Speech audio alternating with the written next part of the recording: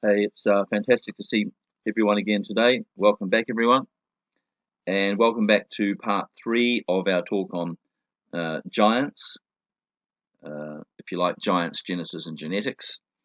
Today we're continuing with the passage in Genesis 6 that says, "The sons of God saw the daughters of men that took wives, that begat children that were giants," in Genesis 6, and all the other things that's brought about in the world before the flood of Noah.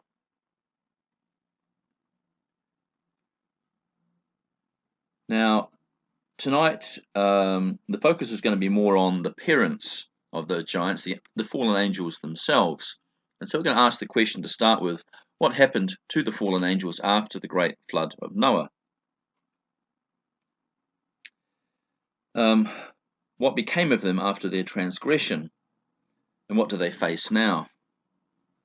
We're going to watch a couple of video clips and chat a bit about what happened to those angels when the great flood of Noah finally came along. Were they killed along with the giants and all the human beings? What are the traditions about these things? Now, for those who don't know the Jewish traditions concerning this topic, and this tradition seems to be known in many other countries aside from Israel, the angels fell in human generation 6, which was the days of Jared. Jared's son was Enoch, who was a righteous man and was beloved of God. The Bible tells us that he walked with God, and then he was not, for God took him. The translation of Enoch occurred in his 365th year. And the book of Enoch explains to us that Enoch's translation had a very specific purpose. The Bible doesn't tell us this, but the book of Enoch does. And that specific purpose was to set him in the role as a go-between for the fallen angels and God. He was a kind of intercessor, carrying messages backwards and forwards between the two parties.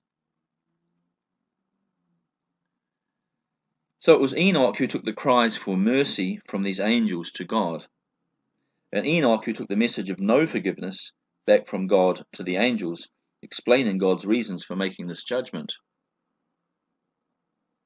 It was Enoch who recorded where the various angels were sent for imprisonment. And it's Enoch who explains that a fire will be kindled in the abyss to destroy these angels at the end of history.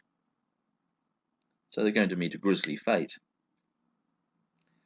The first thing to bear in mind about these angels is that they have not yet been destroyed, nor have died. They are in fact still alive, and probably not too far away from us.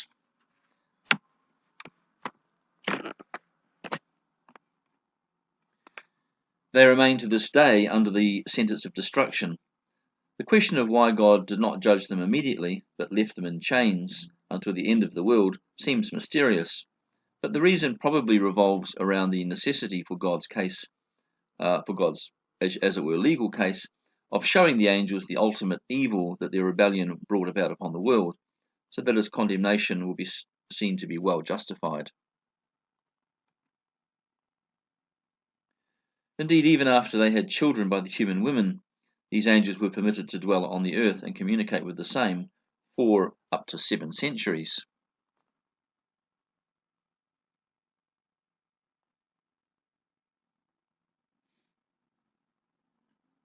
In the background there you see a number of people cutting up human bodies and eating them. Cannibalism was a mark of that society before the flood. I guess that had to do with the ravenous appetite of these giants. As they multiplied, they didn't find enough food. Now, the children of these angels, being giants, soon became rulers over men, as we discussed in the last couple of sessions. And they created their own kingdoms across much of the world, and they largely reduced men to slaves. If you've ever seen that cartoon with the ants and the grasshoppers, or the locusts, you'll see that there was that the ants became the slave race to the grasshoppers, and this is a bit like that. And for the same reasons, they were, providing food for the domineering class, for the giants in this case. Now, problems eventually arose within these kingdoms that were founded before the flood, and not least it was over the issue of food. and these kingdoms began to go to war with each other. This is before human beings had ever yet engaged in war. In fact, human beings largely learnt the art of war from these warring giants. Now, before the proud angels had departed, they had become witness to their own offspring doing various works of evil in the world and killing one another, even resorting to cannibalism. Their children were also oppressing human beings. In this way, the angels came to see that they had unleashed a great evil into the world through what they did, and this was all part of the punishment of the transgressing watchers, so they could understand the gravity of their deeds.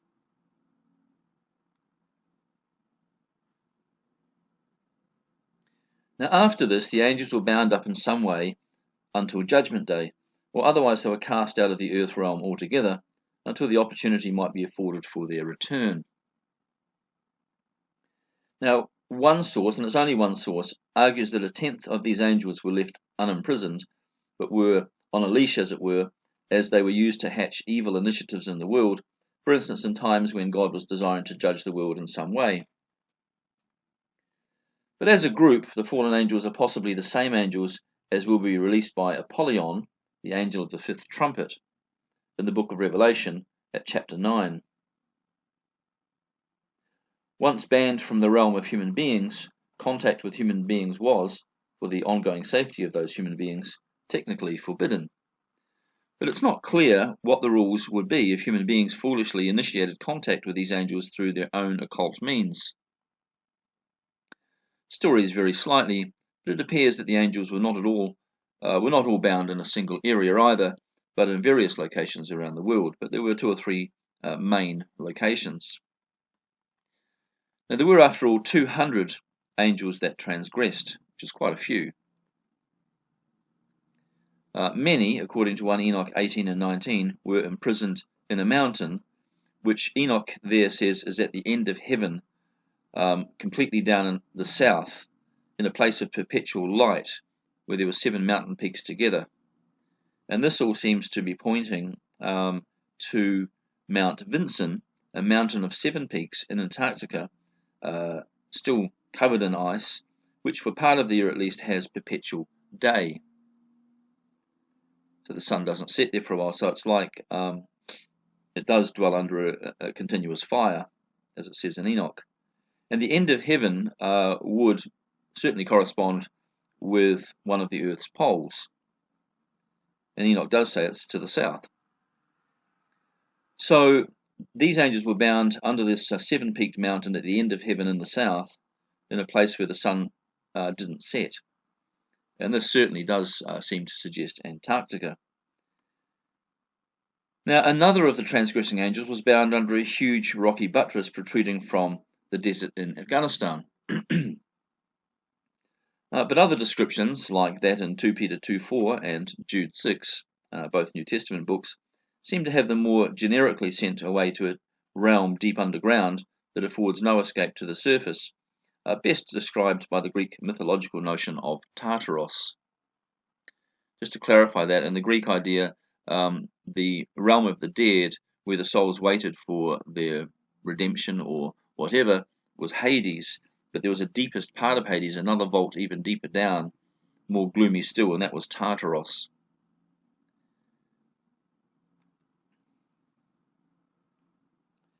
So we're going to watch a video now called "The Fallen Angels Imprisoned in Antarctica and Are Still Alive." I think this is Israeli news, and it will probably be 20 to 30 minutes in duration. Here we go.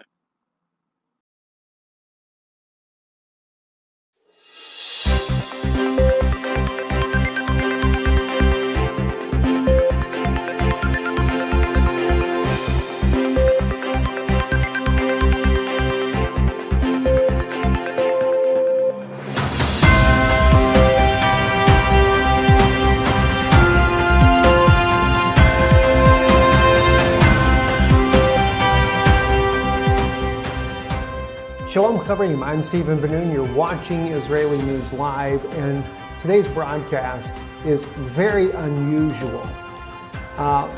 We're going to be discussing several things in our news broadcast today that clearly are, in some people's opinions, they are conspiracy theories. In other people's opinions, these things are really real. These things are happening on the earth. But we're also going to be looking at this from a prophetic standpoint, something that I discovered recently written in the book of Enoch, a book that, well, in some circles of Christianity and in Judaism, that the book of Enoch is not part of Bible, but yet it's clearly part of the Ethiopic scriptures. It was even part of the Qumran community, where there has been many fragments, including an incomplete scroll of the book of Enoch that was discovered. So the Jewish people did accept the book of Enoch as an authoritative biblical scripture at one time, and in many Bibles it still is there, including even the Et Sefer that Dr. Stephen Pidgeon has put out as well, where he put this book back in the Bible. So we're going to be looking at some things from there, and we're going to even be looking at some articles that have been considered, well, some might say it's fake news, some might say it's satire. Regardless of the case, there may be some very truth to it, and this is why I wanted to talk to you about these things. Antarctica has really become a major subject in recent, well, in fact, in the last year, even more so.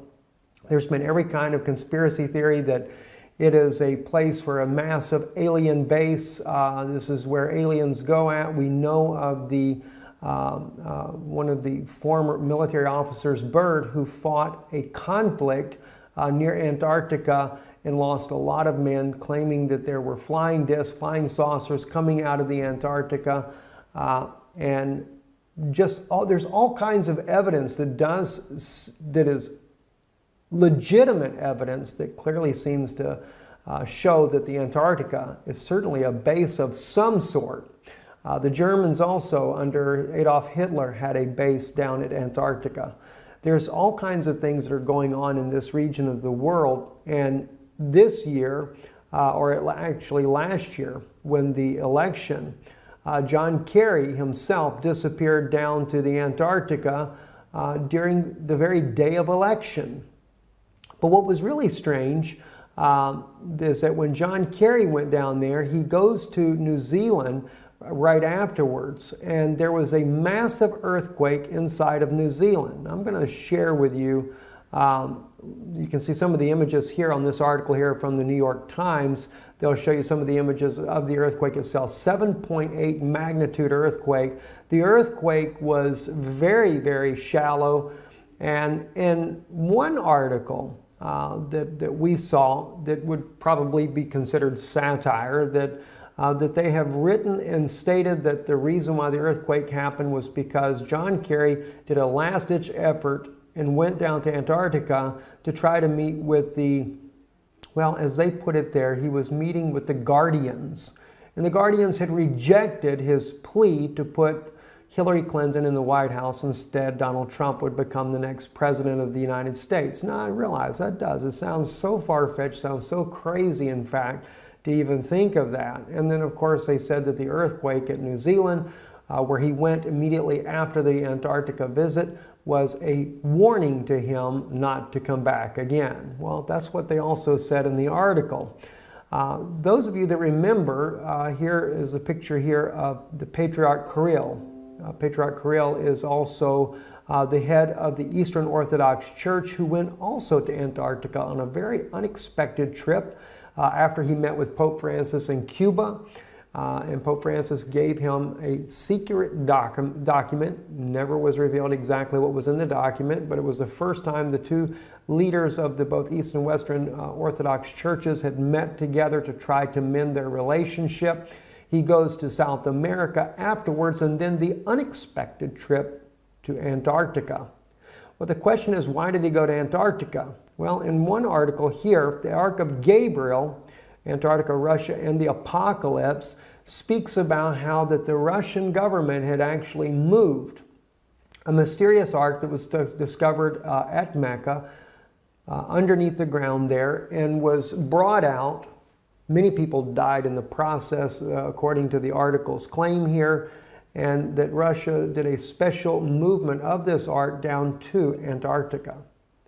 Now, again, whether we would say this is just a bunch of garbage or if it's really true or not, I'll just leave that up to you. But maybe what I'm going to share with you in a few minutes might weigh in on your thinking. So I do ask you, just kind of bear with me a little bit here while we discuss these things here.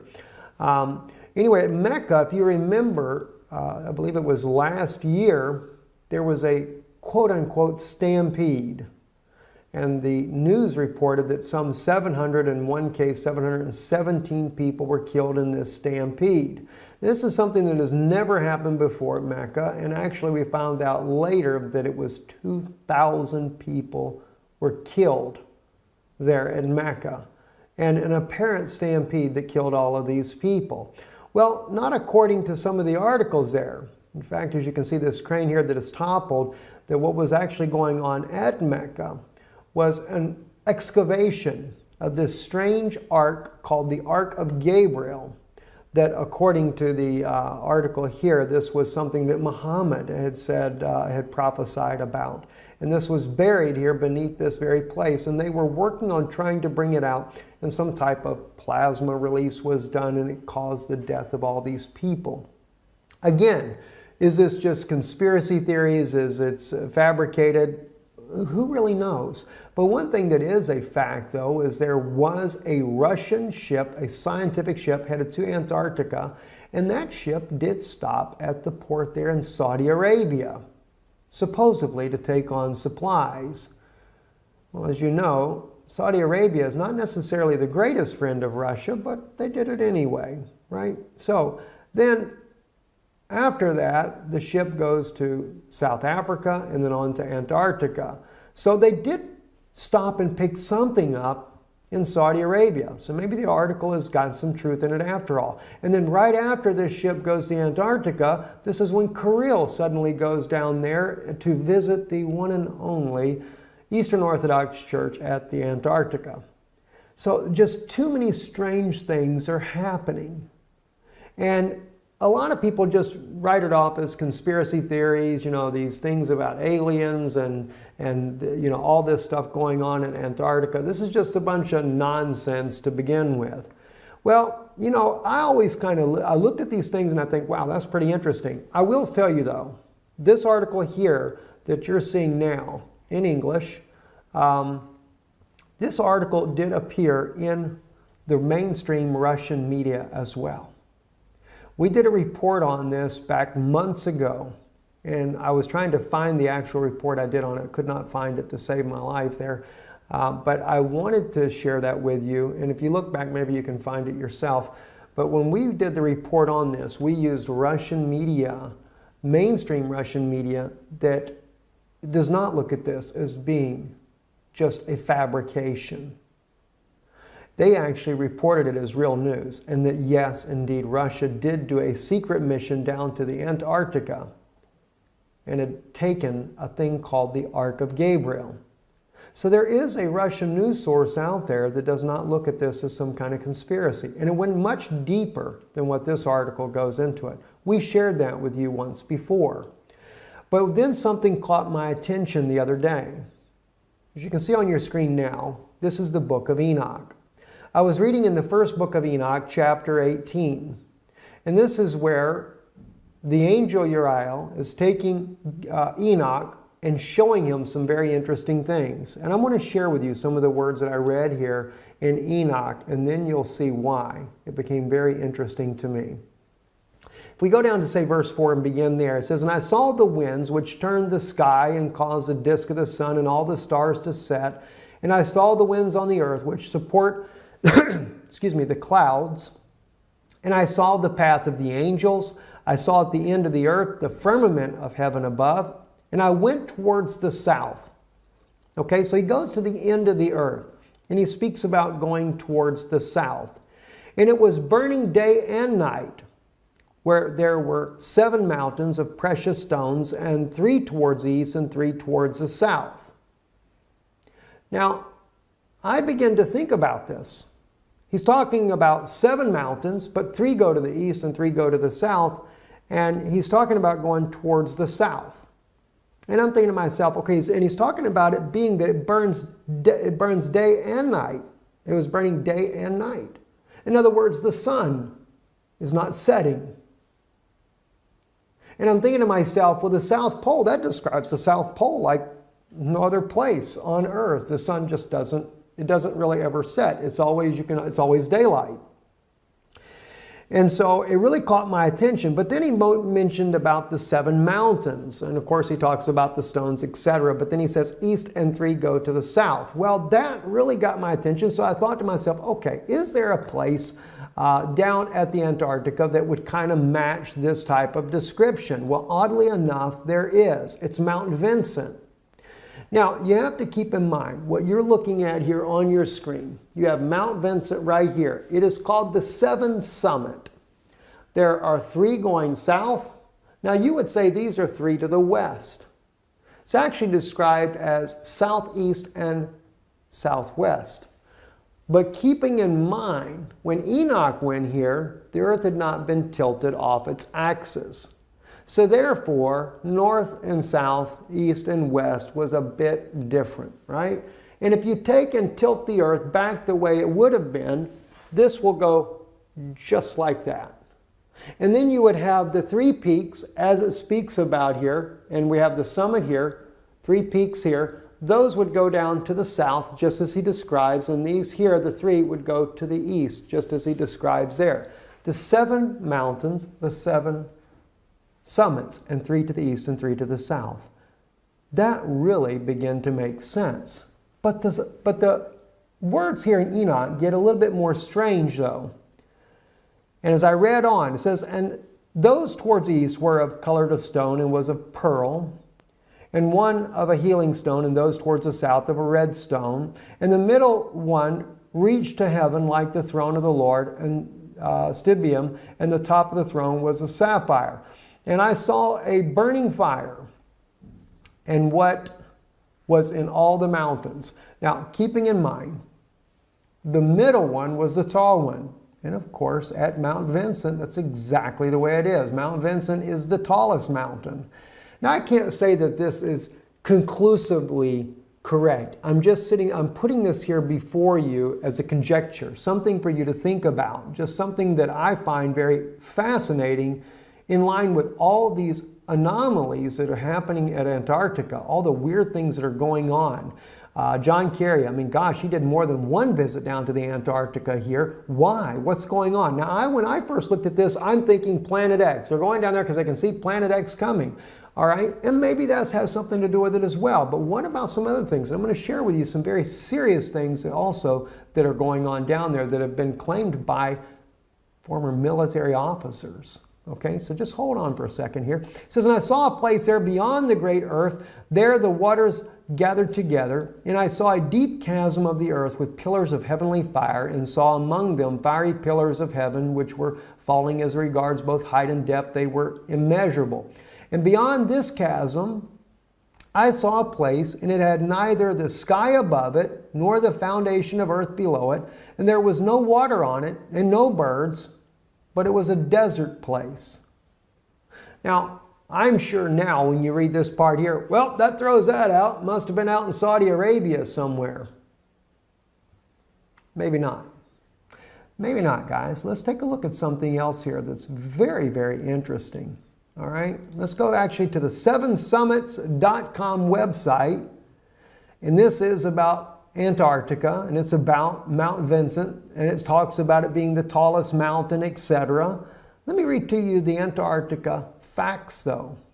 Besides the mountain summit, if you go down here to say about right up under the blue right here on your screen, the snowfall in Antarctica is so minimal that the continent has been called the world's coldest desert. The interior receives less than 3 centimeters, in other words, less than 1 inch of precipitation a year, making it the driest continent on Earth. The Antarctic dry valleys in Victoria Land are among the driest places on Earth. Some scientists believe that no rain has fallen there for 2 million years. Astronauts have visited the dry valleys because of their similarity to lunar landscapes. Isn't that interesting? They call it the coldest desert on earth. Well, maybe Enoch has got something when he said it was a desert. All right? As he called it, there was no water on it and no birds, but it was a desert place. Well, there are no birds. There are no penguins when you get that deep into Antarctica. There's just no life at all. And a terrible thing I saw there, 7 stars like the great burning mountains, and like a spirit questioning me, the angel said, "This is the place of the end of heaven and earth. This is the prison for the stars of heaven and the host of heaven and the stars which roll over the fire. These are the ones which transgress the commandment of the Lord from the beginning of their rising, because they did not come out at their proper times, and he was angry with them and bound them until the time of consummation of their sin in the year of mystery."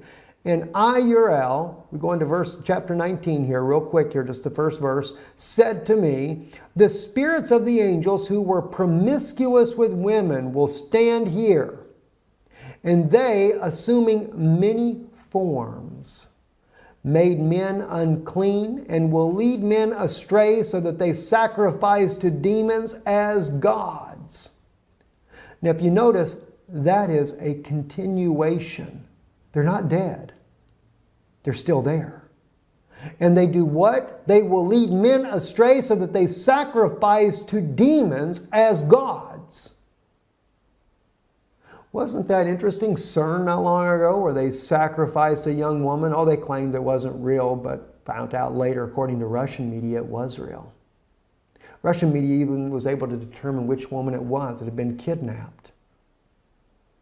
That was by not just so much the media, it was actually Russian intelligence officers that determined this information, but it was in Russian news, and we shared that with you here on Israeli News Live. So they sacrifice to demons as gods. They will stand there until the great day of judgment, on which they will be judged, so that an end will be made of them. But they still have very much access to men on this earth, and they are leading them astray, and they can they assuming many forms. That's pretty wild.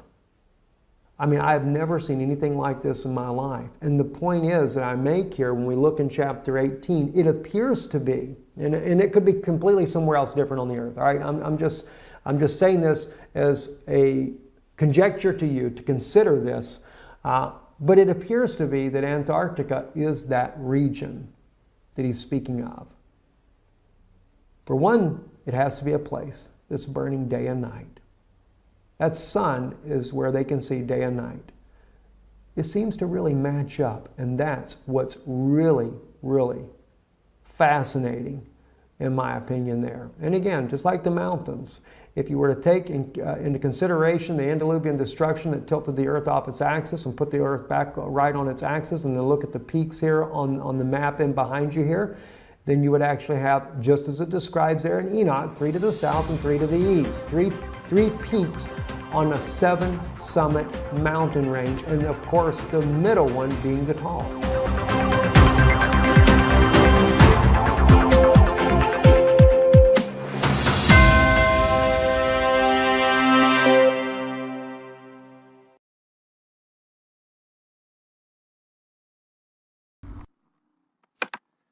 Now, side by side with this notion that the angels are imprisoned deep under the ice in Antarctica, there's what seems to be a strong case that in early society, possibly the legendary Atlantis, moved tectonically from its original location off the coast of Africa, perhaps in 2 large movements, to what is modern Antarctica. Now, this is combined with new pyramid studies done by French researchers, who seem to have found the answer to why pyramids in South America and China are where they are. It's all based on geometry that's actually contained in the Great Pyramid.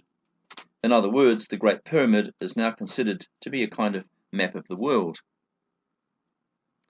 Vertical heights in the pyramid correspond to latitudes from South Pole to North Pole, and lines drawn from the apex to positions along the base serve as longitudes around the world. The line running from the apex and through the king's chamber is at an angle of 31.1 degrees from the vertical, which is the same as the longitudinal displacement of Greenwich from Cairo. The structure at a grid reference within the Great Pyramid,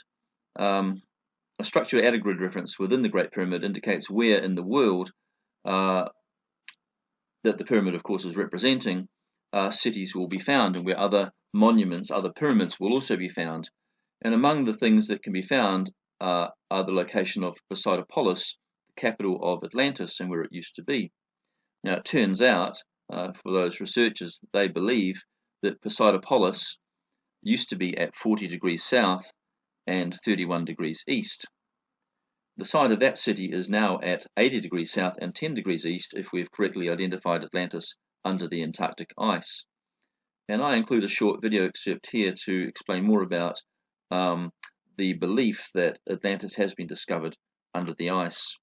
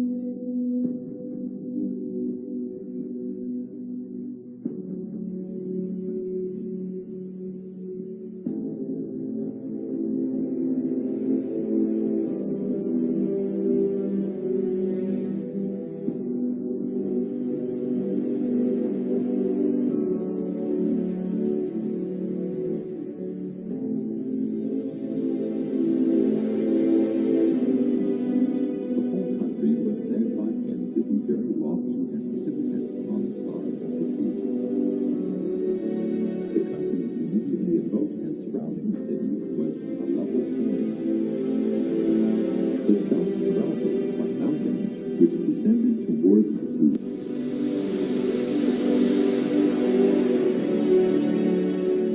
It was smooth and even, and had an oblong shape.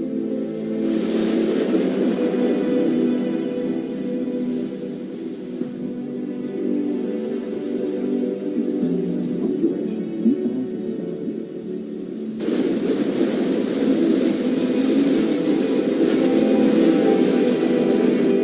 Across the central window, it was 2,000 stadia.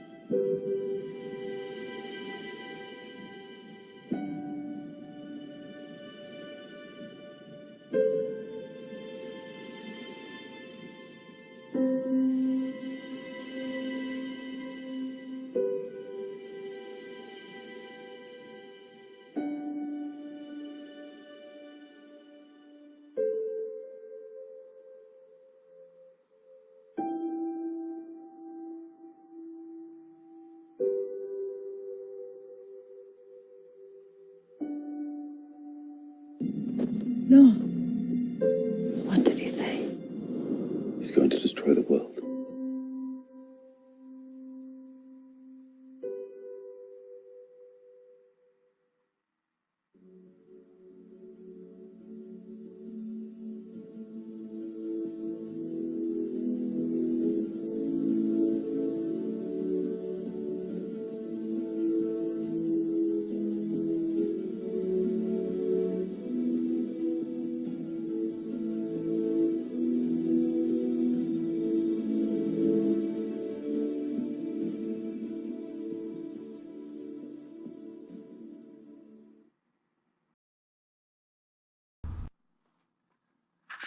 Now, for those who like pyramid stuff, you might be interested in the topic of the pyramid apocalypse.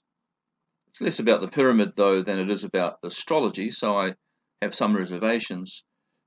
But the authors believe the stars and pyramid are somehow suggesting together that the apocalypse will start from 2022 onwards, starting with a red nova star that will become publicly visible from March in the constellation of Crucis, which is also called the constellation of the Cross. The pyramid seems to be saying that an object about half the size of the Earth and 0.9 times its mass will pass between Earth and the Moon in 2022. Aquarius will also be pouring out his flood on the horizon faced by the Sphinx at the March 21st equinox of that year. Illuminati attachment to the number 322 may also relate to this flood in March 2022, which many also relate to the arrival of planet X. Astronomers have already looked in Cygnus in 2015 and have in fact found a system of binary dwarf stars there. Although this has not yet become the subject of any scientific publication or of general knowledge. Now, not only were the ancient pyramids set out along lines of longitude and great circles on the Earth, but lines and geometrical relationships also applied to the arrangement of many of the capital cities of the world. And to get a feel for this ancient interest in lining things up on Earth grids, we're going to look at a couple of short videos that sort of draw our attention to this more particularly.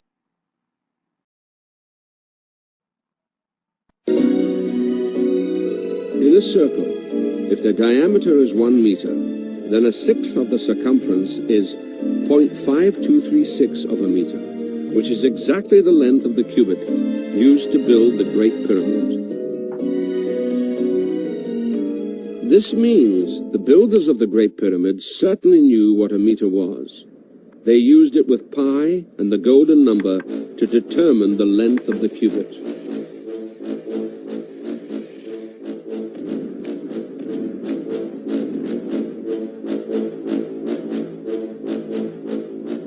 But the mysteries don't end there. The anonymous researcher we spoke to earlier had been plotting the ancient sites on a world map. This strip that stretches from Easter Island to Giza is actually part of a 25,000-mile-long circle.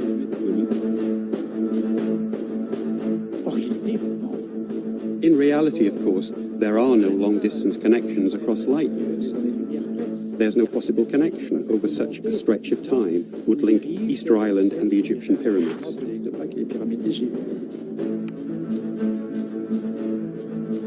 This 100-kilometer wide circle goes through many significant ancient sites across the globe. In Peru, it passes through the Paracas Drawing, the Nazca Tracks, Ollantaytambo, Machu Picchu, Cusco, Sacsayhuaman, and the Paratoari Pyramids. In Africa, it crosses Mali and the mysterious Dogon lands, where they knew the stars Sirius B and C before any astronomers.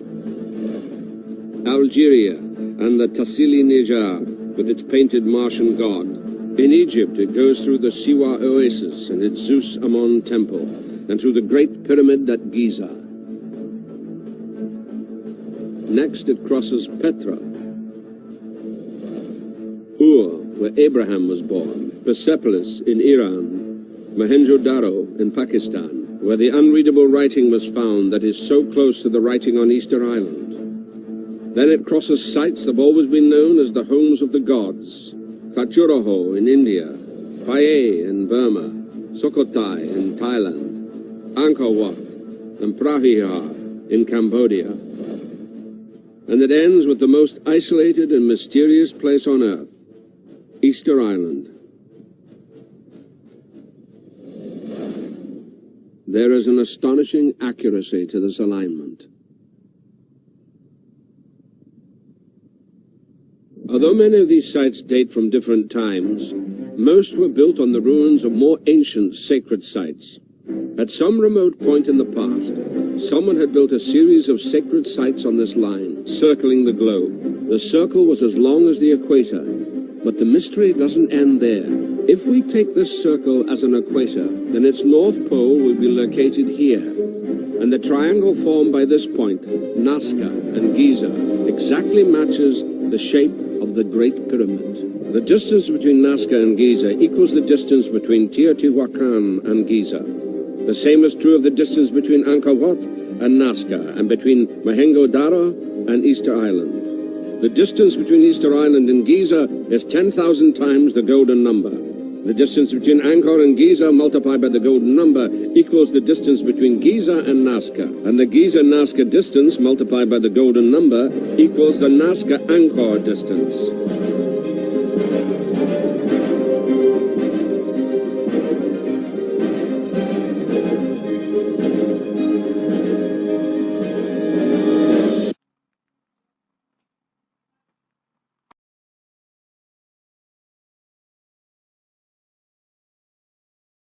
There is an alignment between ancient sites that will blow your mind.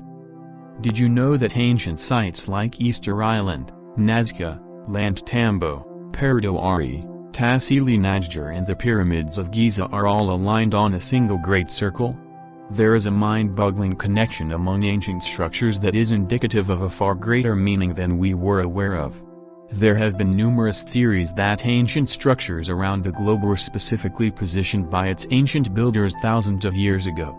Perhaps one of the best examples, according to many, is the Great Pyramid of Giza and its curious position on Earth. For those of you who didn't know, the Great Pyramid of Giza is the most accurately aligned structure in existence and faces true north with only 3/60th of a degree of error. Furthermore, the weight of the pyramid is estimated at 5,955,000 tons. Multiplied by 10.8 gives a reasonable estimate of the Earth's mass. As you can see, ancient structures were built with a mind-boggling precision. But the pyramids at the Giza Plateau do not stand solitary on Earth. In fact, there are countless other sites that seem to be connected somehow. If you take a look at other ancient sites like the Nazca Lines, Machu Picchu, Easter Island, Mohenjo-daro, and Tassili N'Ajjer among others and draw down their position on a map, you will notice a connection that points perhaps towards an ancient code embedded within these structures.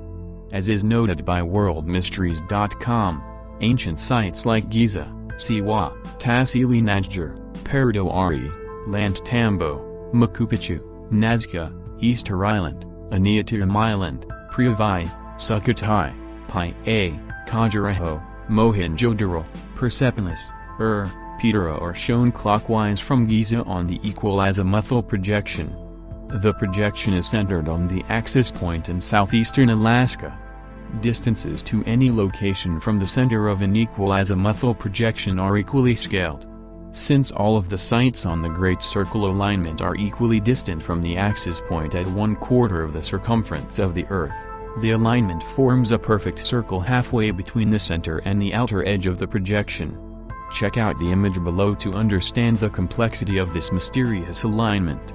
Jim Allison goes on to explain even further in a very intriguing chart. The chart below lists the distance of each side from the Great Circle and the distance of each side from the northern axis point. There are slight variations in the distance from the axis point to the Great Circle depending on whether the route from the axis point to different locations along the Great Circle crosses over the equator or polar regions.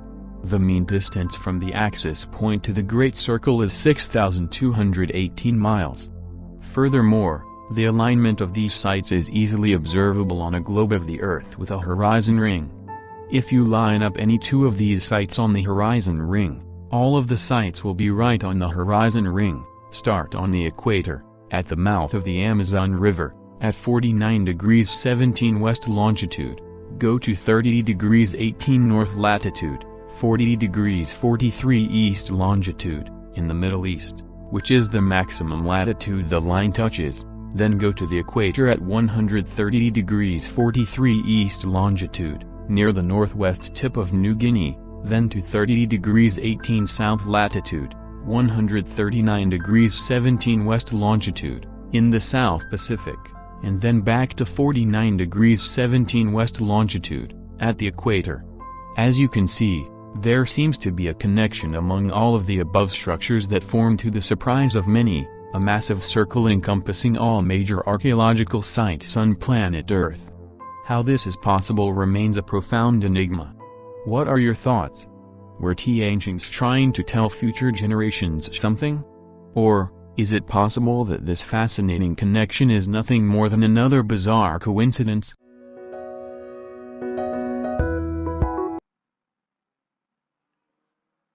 Here, for example, we also have a map I'm going to show you, which shows how several of the capital cities just across Europe were built in alignment with Cairo. And don't forget that Cairo was also the is the Earth's barycentric point, which the ancients also seem to know somehow. And so that's why the other cities seem to be sort of in a line from Cairo. Let's have a look at that. Here we have it. You see that Cairo, Rome, Geneva, Paris, and London and Belfast are all in a single line. Now we're going to play another video now, which is called Ley Lines and Sacred Sites, and I hope you'll enjoy this too. When Masons came to America, they practiced their trade in the same way they had in Europe, embedding secret codes within the design and foundation of the American colonies. Some believe this may account for the geographic location of the 5 great Revolutionary War cities. In particular, Boston, New York, Baltimore, Philadelphia, and Washington, D.C. have all been built in perfect alignment along the eastern seaboard.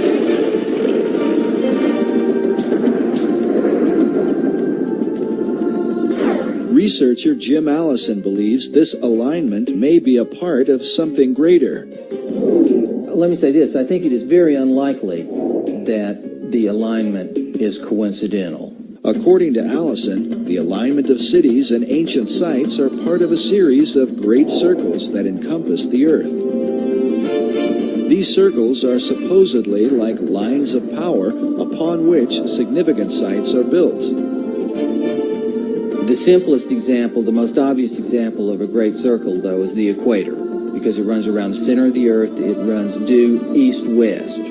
Meridians of longitude, which run due north-south through the north and south poles, if you extend it all the way around, those are also great circles because they run through the center of the Earth. Allison claims that mystical sites like the pyramids, Easter Island, the Mayan and Aztec cities are all built upon these great circles.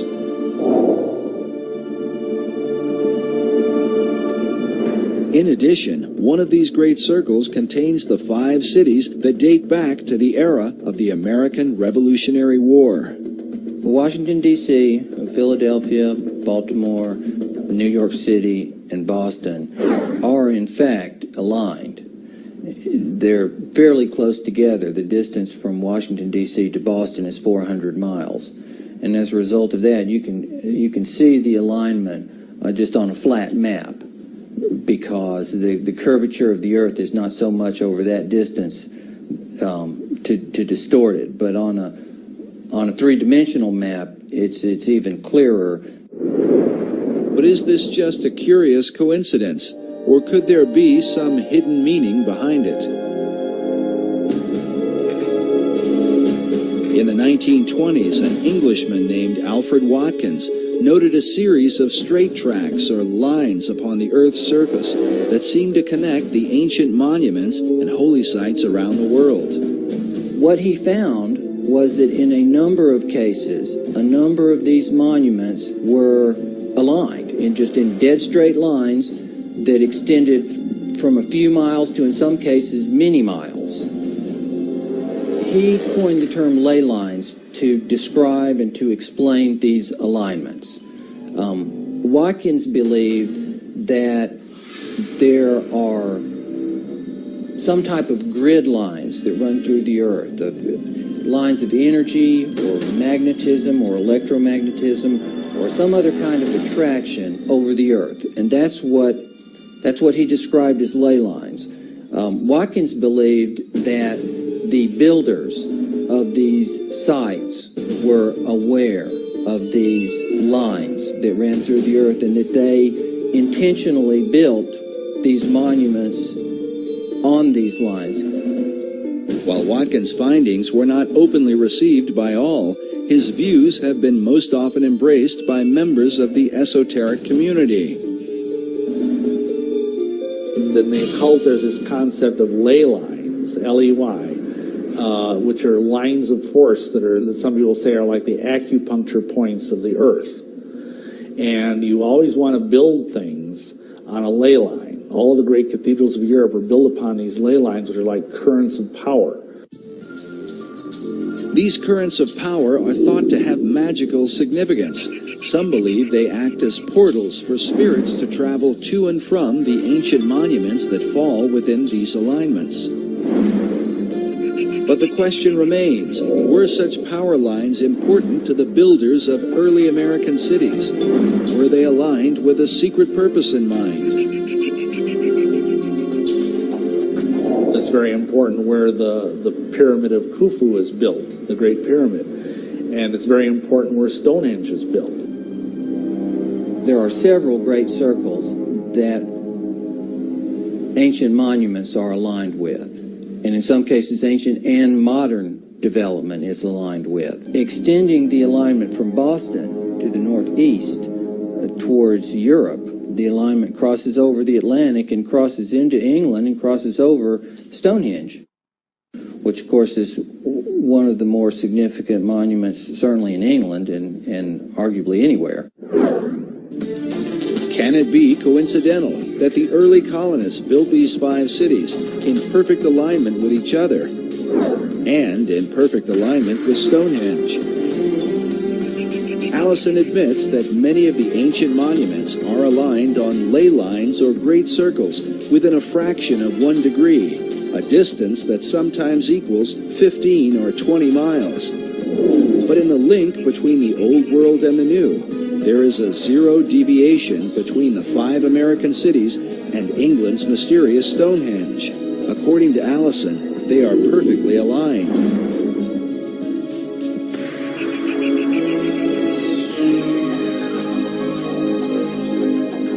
Can such a perfect alignment be unintentional, or the result of some natural attraction of ley lines in the earth?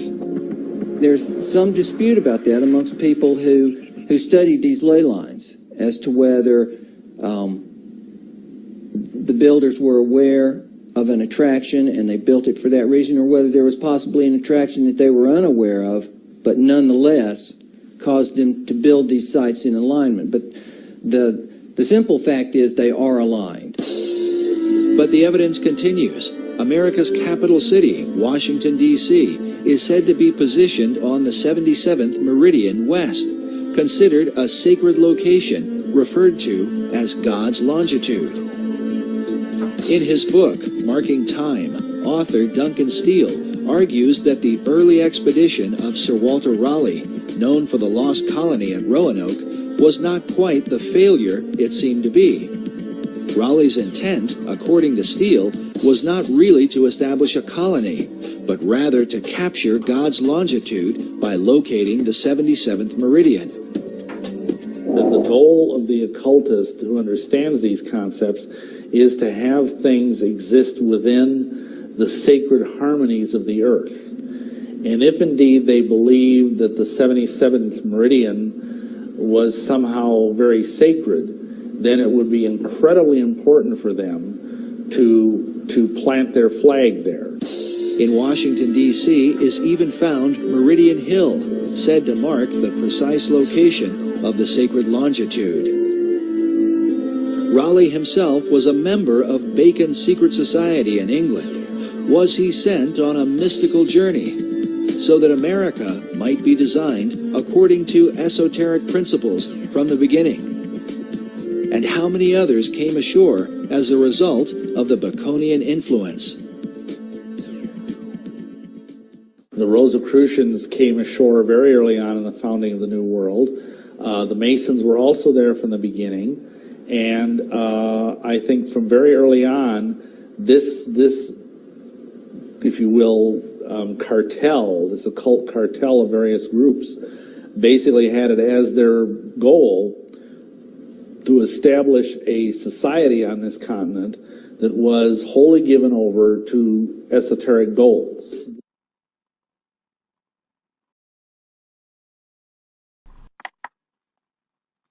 Now, in leaving this topic for your own personal research, I'll only add that Mount Vinson is located alongside the Ron ice shelf at coordinates 78.5 south, 87.7 west, 85.7 west, about 300 kilometers away from the Atlantean capital, laying on the other side of the ice shelf. But it's in the same corner of Antarctica.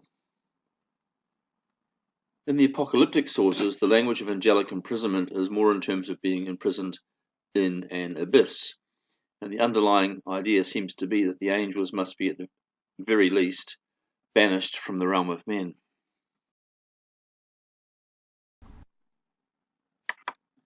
Now, the abyss properly denotes a place of almost endless descent into darkness, and can denote either the depths of the ocean or the endless expanse of outer space. Some would add inner earth to this list of possibilities, as inner earth, if it does exist, would also be a kind of underworld like Tartarus. In support of the possibility, it seems to be true that physical openings do indeed exist at both poles that could provide access to subterranean caverns with temperate microclimates. It is said that when Hitler's submarine captains went under the ice to build a place of escape for him, they found a huge lake there in Antarctica and a temperate paradise, in a location closer to the pole than the plain of Atlantis. In fact, Nazis are still believed to be living under the ice, or at least a military community, and a 1950s expedition by Admiral Byrd with American warships was turned back after suffering heavy losses at the hands of a squadron of UFOs, which they believed were German in origin. The warmth at the poles derives from a combination of greater magnetic field strengths at the poles, lack of storms, and the presence of shafts and caverns a mile or two underground that are kept warm by the rocks at that depth.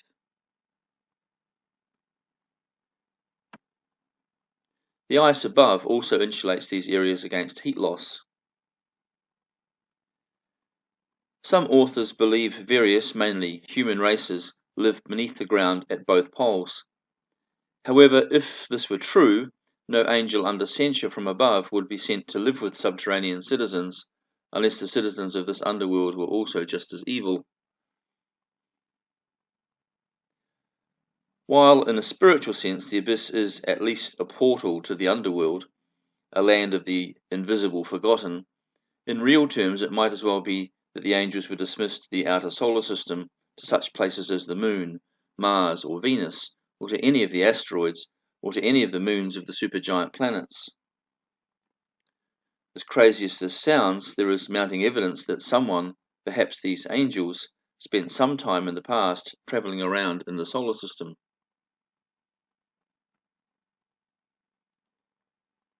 In tonight's session, we will watch two videos that may need the activities of outcast angels for their explanation. In the first, there is a sequence in which a ruined building is investigated on the Moon by the first astronauts, and videos also exist to show what appear to be bases and artifacts found by later Apollo missions.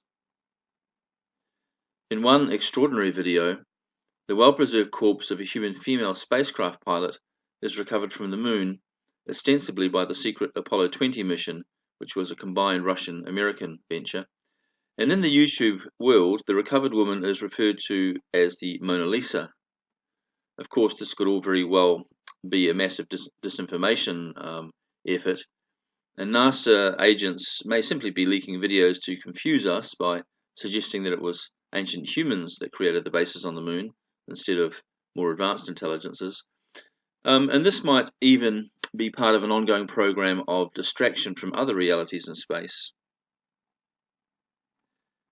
But as far as the Mona Lisa reports go, and by the way, there was also the head of a co-pilot with her in the craft, we may be able to think of her perhaps as the wife of one of these outcast angels.